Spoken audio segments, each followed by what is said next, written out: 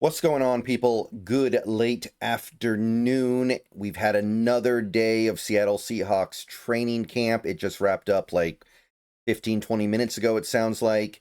And there was actually a lot that came out of today's session. So I'm just going to go ahead and do the video now.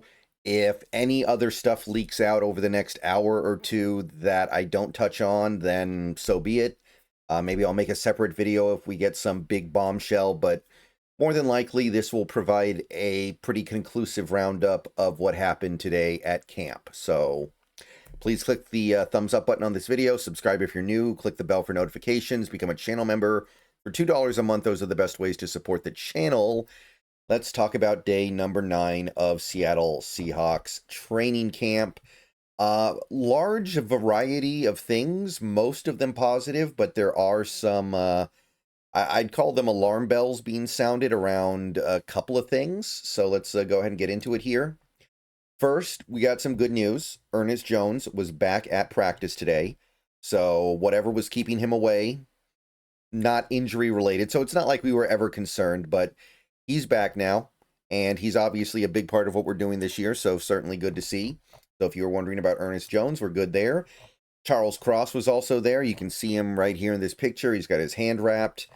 Obviously wasn't fully participating or anything like that, but he is back in the building. He is recovering. Doesn't seem like he's at all concerned or upset about the lack of a contract extension, at least. I can say that.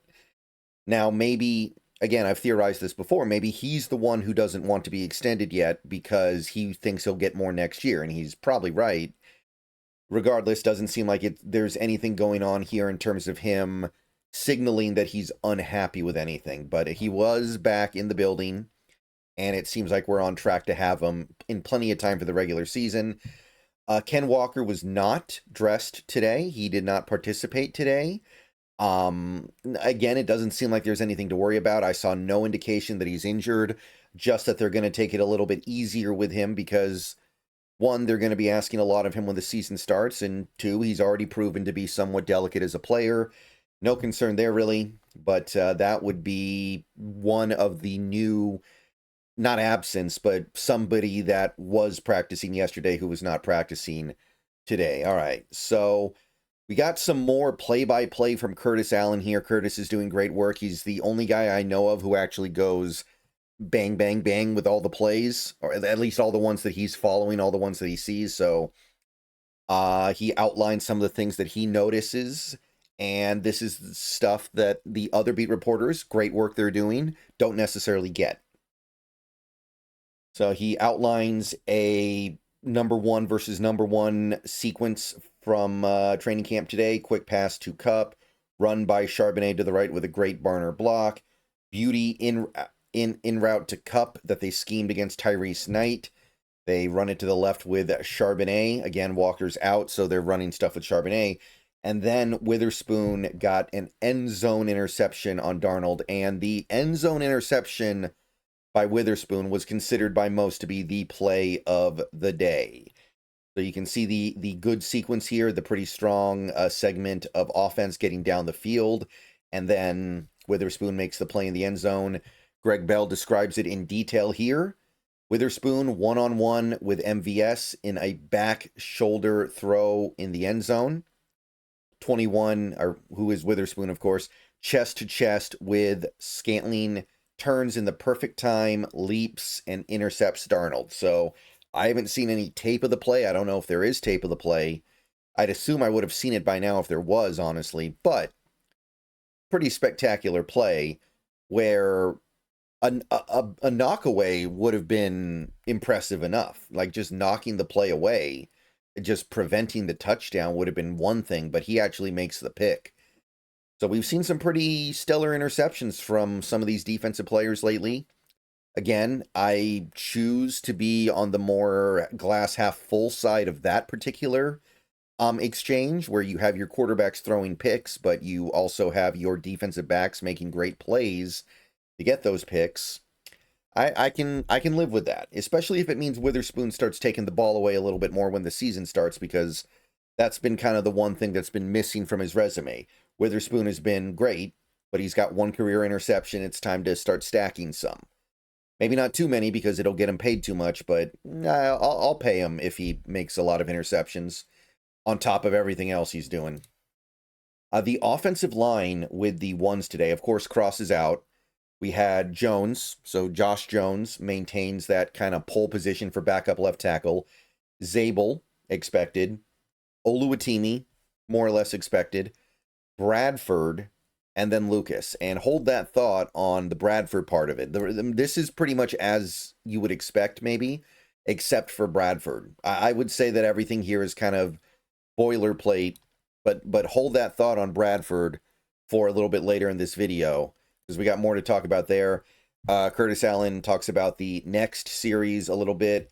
Good throw to Barner from Darnold, but the defense holds on an Emenwari deflection. Emenwari still very, very involved. And then I'm guessing this is a different sequence because it's Drew Lock in the game now. We got a Drew Lock touchdown to Torrey Horton on a deep slant. And I'll tell you, of all the things that we heard about from this training camp today, of all the positives, I think Torrey Horton may have been the strongest thing, the most impressive thing today. I think that Torrey Horton is advocating very strongly for some real playing time. And maybe that comes at the expense of MVS. Maybe that happens naturally when Cooper Kupp misses some games, because he probably will. Even if he has a good season, he probably won't play every game. But I'm really excited for that, because again, the only thing I was concerned about with Horton was that he wouldn't be able to contribute as a rookie because he was going to miss some of the offseason because of the injury, but doesn't seem like that's happening at all. Drew Lock continues to have a good camp as well, by the way, but the Horton part, that is something that could hit pretty hard in the very near future. Milroe with two very nice throws, followed by a terrible interception. Apparently he tried to do the Tim Tebow jump pass. I'm not 100% sure, but I think the interception was actually by one of the backup linebackers, Jamie Sheriff. We'll talk a little bit more about that later, but my understanding was that he basically tried to do the Tim Tebow pass, and you don't do that. You can't do that. So that's kind of the story of the day with Milroe. He was very inconsistent today, but he did make some very nice plays. We'll talk more about Milroe before this video is over, but it continues to be what's going on with him. There's some beautiful stuff in there, but then there's some stuff that cannot happen in the NFL, which is to be expected for a guy in his position, and that's why he needs to not be playing in actual NFL games beyond gadget play stuff. Damian Martinez had a fumble in the middle of practice. Curtis Allen again on the beat here. We had a play where we saw Oots lined up at fullback, play action right, pivots left to find JSN quickly. I'm assuming the Santos was a autocomplete. That is, I don't think we have do we have a quarterback named Santos now? That would be that would be news to me. That would certainly be something that I'm not familiar with, but I'm assuming that that's just some autocomplete mistake.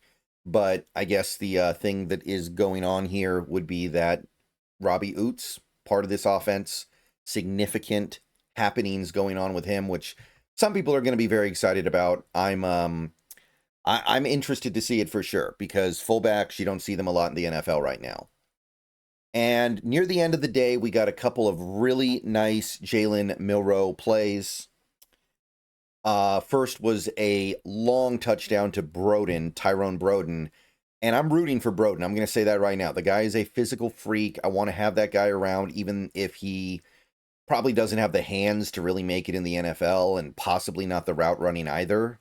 I want that guy in the building, even if it's just on the practice squad, which is probably the best he can do anyway. So that's cool. And we also had, well, okay, I'll save that for the very end, because that happened on, I think, the last play of practice. We got more stuff from Darnold. Finds JSN, who got past Woolen for a touchdown on a sideline throw. Hey, JSN beating Woolen for a touchdown on the outside, that's something that that's something that is going to get me going. That is something that is going to get me with that tingle down my leg, because JSN's going to have to find ways to do stuff as an outside receiver this year, and he's going to have to find ways to do it more than he's done it before. That's just the way this works right now, because we do not have an abundance of outside receivers, and we also don't have an offense that goes 3 receiver as much as the previous one. So to hear that he's going up against Woolen and beating him for a touchdown on the sideline, that's intriguing. That is something that is like, okay, I'm paying attention now. It's great to hear. I know Woolen's the guy who gets beat, but this is the give and take of camp, right? Somebody has to give something up for somebody to get something. I'm totally cool with that. And again, all reports, or most reports, are that Darnold has had a mostly good camp. At the very least, more good than bad. Okay, this is the part of today's video where we've got to get a little bit, dirty here, guys. So, multiple people, including Curtis Allen, but I think Field Goals also passed this along. Christian Haynes did not take a single scrimmage rep today, apparently. He suited up, he did warm up, so it's not like he's hurt. He just did not play. Field Goals echoed this again. I want to stress that. This is not just coming from Allen, who maybe didn't recognize him or something. No, this is multiple people. And it's just one day, but this is not the first time we've heard that Christian Haynes is not exactly setting the world on fire. And setting the world on fire, like even that, like let's not even get to that point here. He's not even decisively taking the job away from players like Bradford, Lomia, and Sundle. So I think we are now officially at the point where we have to acknowledge Christian Haynes is probably doing poorly in trying to win that right guard spot. And he also had a bad day at center, I think, yesterday. You put this all together, and there are many people out there, understandably so, suggesting that Christian Haynes may not even make this team. I've had people in my Discord say we need to just trade him now for even a 7th round pick while we can, because this guy is just not going to make this guy's just not going to make the team naturally. This guy doesn't have it. I've had multiple people that I respect and I think are worth listening to. These are not just reactionary fans. These are people who put thought into what they're saying. They're saying, you got to give up on this guy. There's nothing here.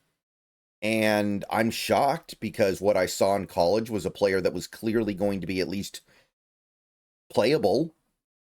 But if this ends up going this way, and look, things can turn around, we might hear otherwise another day. There have been some people that have said positive things about Christian Haynes this this offseason so far, but if this keeps going this way, that is another ugly miss. Now, I think it's an understandable miss, because everybody, myself included, thought Christian Haynes was a good prospect, and the fact that he's whiffed this hard is beyond, I think, a typical understanding. It's still an ugly miss, though, and it was not something I was expecting, and it leaves us in a little bit of an awkward situation. It's something we can survive because we have other options, but I was counting on Christian Haynes to be a pretty safe option for at least starting somewhere. Ugh. So that's the big bad news from today, I think. It's time to start seriously considering that Christian Haynes is just straight up not a good football player, not a good NFL player. All right, spent a few minutes on that. It needs to be said, because this is starting to pick up steam, and before long, it's going to be much bigger than that. So Curtis Allen calls out a few players for being big winners today. He thought Darnold practiced great. Horton, of course, we talked about Horton, but he was great.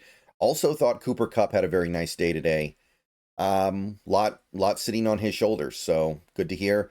And he also thought the starting defensive backs, which would be Witherspoon, Woolen, even though Woolen gave up the touchdown, I guess Emin Warry's included with that group, and then Bryant and Love.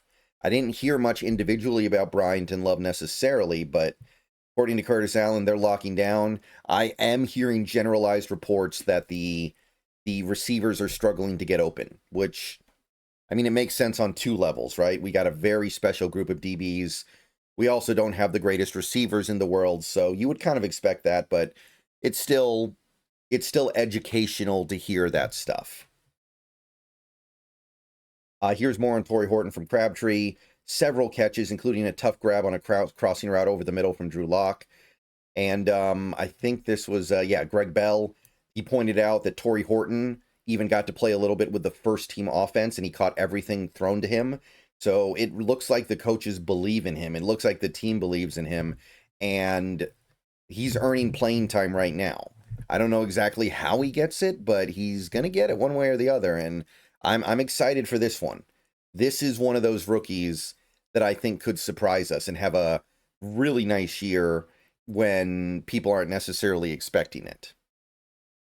And the final play of the day was Milroe hitting Steven Sims to end practice. And it was a really nice throw. It was apparently a very difficult throw because he didn't have a lot of room in front of him because the pressure was on. And he hit it. So you see the big arm. He can throw it far. He showed that a couple times today. And he continues to be the player that I think a lot of people thought he would be on this first year, which is very inconsistent. There's some great stuff, and then there's some terrible stuff. And he's got to get some time to work the terrible stuff out. But there is a foundation to believe in at least somewhat here. This is not just all speculation when people think Milroe's going to be a good. At least I can say that. Emin Worry had an interception at some point today. I'm not sure exactly when it came, but a couple people pointed out that he's now got 3 interceptions in his last 4 practices. So big time ball hawk. Really, really cool. Really, really excited. Again, my favorite rookie this year. I think he's going to be the best of all our rookies. This is Condota talking about the pick that Milroe threw. Jamie, to Jamie Sheriff. I'm assuming this is the one mentioned earlier from Curtis Allen. Tried to lob a pass to Jacardia Wright and it went over his head. Darnold also threw the pass. Emin Worry picked off that Arroyo bobbled. So for anyone wondering where the Emin Worry interception came from, I know it wasn't mentioned earlier. Apparently it came on an Arroyo bobble. So that is the first time in a few practices that Arroyo has dropped anything. So, I mean, it happens, right? But you don't want it to happen in the end zone, and you don't really want it to happen in a case where the ball then gets intercepted. I think the Milroe interception mentioned earlier is this one, but I'm not 100% sure. Sometimes you have to kind of, what's the right word? What am I looking for here? You have to like take information and then kind of parlay it out until things line up without getting all the information. More stuff on the offensive line here. Jalen Sundle actually got most of the work at center today. So it is notable that even though Oluwatimi was with the ones to start the day, Sundle ended up getting most of the work there. Indicates they still haven't made a decision yet. Again, that's fine, but the sooner we make decisions, the better. We need to get these guys work together. Bradford got most of the work with the ones at right guard. I'm guessing that Lomia probably got a little bit of work with right guard because apparently Haynes got none of it. Jones got most of the work at left tackle. And of course, you have Zabel and Lucas who are just getting all the reps right now. Those guys look pretty darn locked in, which is cool. Some special teams notes. Seahawks obviously looking for options as kick returners because of no McIntosh and no in-house obvious option. DK Kaufman is fielding kicks. I don't think he bears much of a chance of making the team. If he does, this is where he's going to have to do it. And he'll probably have to prove he can do something beyond just fielding kicks if he wants to actually make the team. We also had Halani and Plumlee doing some kick return stuff. Halani's kind of interesting because he could be the 4th running back now, I guess. I don't think there's any way he's going to be the 3rd, but he could be the 4th, and maybe we carry 4 running backs. I don't know. I still hope that it can be Horton because that would give Horton something to do in the initial weeks of the season. And I think it's something that he's proving he can be pretty good at. And injury notes from today, we did have 2. Doesn't look like anything too bad, but Chris Stoll, long snapper, apparently got banged up and left the field early.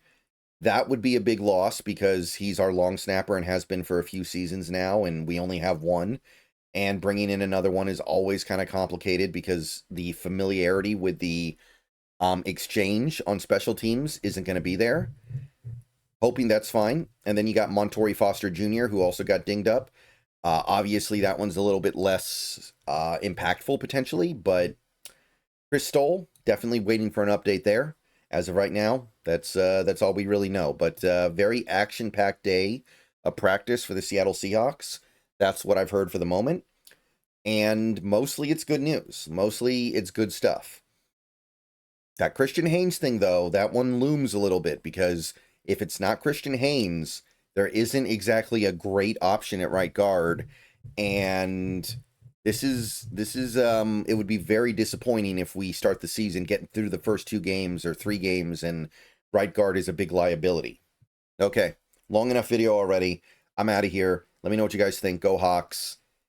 Probably just going to stream on Twitch tonight. Maybe another video if something happens, but keep an eye out for more stuff tomorrow, and go Hawks.